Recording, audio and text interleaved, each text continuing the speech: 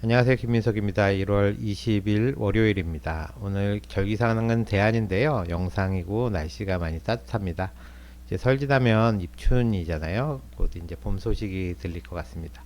지난번에 이제 폴리페놀, 페놀링이 여러 개 있는 그런 식물에서 천연적으로 나오는 그런 물질이고, 이게 이제 식물을 보호하는 물질인데, 우리 인간이 이제 식물을 오랫동안 먹다 보니까 이게 들어와서 우리 몸에서 항산화나 항염증 작용을 한다. 그런 폴리페놀의 일반적인 얘기를 말씀드렸고요. 오늘은 우리 폴리페놀이 우리 몸에 들어왔을 때 장 속에 있는 장내 세균하고 어떤 연관을 맺는지 그런 것들 위주로 좀 알아보도록 하겠습니다. 그래서 이제 폴리페놀에는 이제 페놀링이 하나 있는 페놀산이 있고, 페놀링이 이렇게 세 개 있는 플라보노이드, 스틸벤, 레스베라트롤이 거기에 해당한다고 했죠. 그다음에 리그난 같은 것이 있고, 그래서 페놀산이 하나 있는 페놀릭 액시드, 플라보노이드, 리그난, 스틸벤이 있는데, 플라보노이드는 또 각각의 모양에 따라서 플라바놀, 여기에 이제 OH기가 있는 거, 녹차 있는 카테킨이라든지 에피카테킨 같은 게 해당이 되고, 플라바논이라 그래서 이쪽에 이제 그 산소가 이중으로 결합되어 있는 이런 형태. 이제 플라본이라는 게 가장 2번, 3번이 이중 결합으로 되어 있는 루테올린이나 아피제닌 같은 게 있고요. 그다음에 플라보놀, 이제 플라본이 이제 여기에 OH가 붙어 있는 거죠. 그래서 이거는 퀘르세틴이나 루틴 같은 거. 이소플라본은 2번에 있어야 되는 이 벤제린이 3번 쪽으로 가는 제니스타인 같은 게 있고요. 안토시아니딘이라고 해서 이 안토시아닌 종류죠. 이건 5에 이제 플러스 전하를 띈다, 이런 말씀까지 드렸습니다. 그래서 우리가 섭취한 폴리페놀은 한 10%만 소장해서 이제 흡수되거든요. 그게 이제 글리코시드 형태인데, 소장 상피에서 베타 글루코시데이즈가 이 글리코시드 형태를 분해하면 폴리페놀이 흡수돼서, 흡수된 건 이제 간으로 이동돼서 거기서 이제 그 대사가 되는데요. 이게 전체 10%고, 90%는 소장을 거쳐서 대장까지 가게 되면 장내 세균이 분해를 하는데, 이제 분해를 하게 되면 페놀이 하나 있는 페놀산 형태로 흡수가 되고요. 또 간으로 간 거는 담즙을 통해서 다시 소장으로 배출돼서 이렇게 돌고 돈다, 그런 말씀을 드렸고요.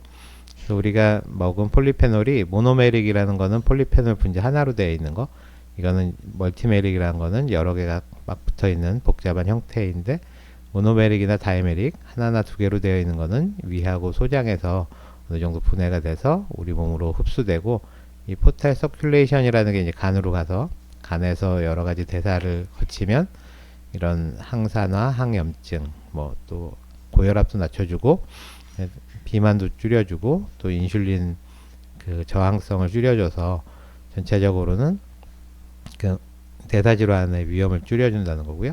대부분은 멀티메릭 형태로 대장까지 가게 되면 대장에서 이런 여러 가지 변화를 거쳐서 흡수된다는 거고요. 그래서 이제 폴리페놀이 이제 대장까지 가기 때문에 대장에 있는 장내 세균에 어떤 영향을 주게 됩니다.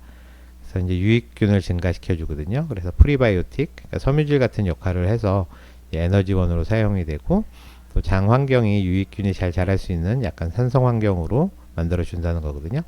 그래서 유익균이 증가하면서 프리바이오틱으로 작용을 하게 되면 숏체인 패티애시드, 단쇄지방산이 이제 형성이 됩니다.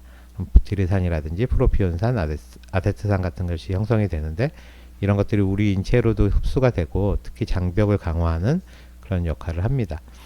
또 이게 그 항균 작용이 있잖아요. 그래서 유해균들을 억제해서 위에서 사는 그 헬리코박터라든지 클로스트리디움 같은 병원성 세균들의 그 성장을 방해하는 걸로 알려져 있습니다. 그러니까 폴리페놀을 많이 드시면 이 헬리코박터도 좀 줄일 수가 있는 거죠. 이제 페놀산으로 결국은 폴리페놀이 장내 세균에 의해서 변화가 되면은 이 페놀산이 우리 몸에 흡수되면서 항염증, 항산화, 항암 등의 효과를 나타내게 되고요. 또 염증성 세균이 이제 감소하기 때문에 장내 염증이 억제되고 장벽이 강화돼서 그 리키 겉 신드롬, 리키 바울 신드롬, 그러니까 누수장 증후군을 이제 줄여주는 그런 역할을 하게 되고, 종래에는 이제 장내 미생물의 다양성을 증진시켜줘서 폴리페놀이 이제 장내 세균에 좋은 영향을 준다는 거죠. 그래서 우리가 폴리페놀을 많이 들어있는 그런 음식, 녹차라든지 과일 같은 걸 먹게 되면 대장에서 이제 먼저 그 분해가 돼가지고 폴리페놀에 의한 그런 폴리페놀의 대사물질들이 흡수가 되게 되는 거죠. 근데 이게 이 안에서 그 우리의 장내 세균의 조성을 이제 변화를 시켜주거든요. 그래서 장내 세균을 변화시켜줘서 유해균은 좀 줄여주고 유익균은 이제 증가시켜주는 그런 역할을 한다는 거고요.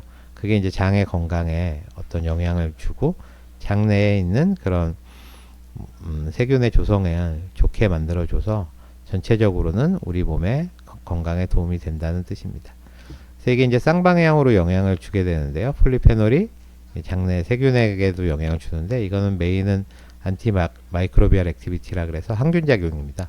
그래서 이제 그 병원성 세균에 대해서 작동을 하게 되면 유해균을 줄여주는 거기 때문에 상당히 좋은 영향이라고 할 수가 있는데 이제 커멘셀 마이크로비오타라는 거는 우리 몸에 그냥 상재균들 장내 세균을도 이게 이제 이론적으로는 줄여줄 수가 있거든요. 근데 아직 이쪽에 대한 연구는 많지 않다 그런 내용이고 또 이 장내 세균이 이제 폴리페놀을 이제 직접 분해를 하게 되면 그 작용하지 못하는 이넥티브 비활성 물질을 이제 활성 물질로 바꿔줘서 이것들이 이제 흡수도 높여주고 또 이 활성 물질들이 여러 가지 영향을 주는 그런 쌍방향 영향을 준다는 게 이제 핵심입니다.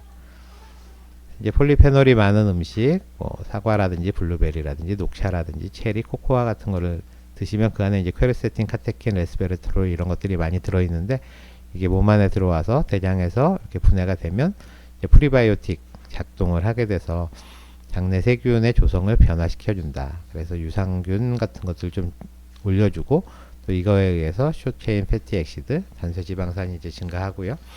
또 안티마이크로비얼 액션이라 그래서 세균이 잘 자라지 못하게 하는 그런 작용을 하는데 라이신이라는 걸 분비를 하고 이런 것들을 이런 물질들을 이제 줄여서 또 이제 환경을 pH 낮은 환경으로 만들어주면 클로스트리디움이라든지 헬리코박터 같은 것들 유해균들이 이제 줄어드는 그런 역할을 한다는 것입니다.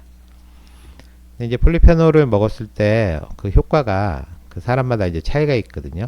그 이유는 뭐 유전적인 요인도 있지만 메인은 이 장내 세균의 종류에 따라서 그 효과가 결정이 됩니다.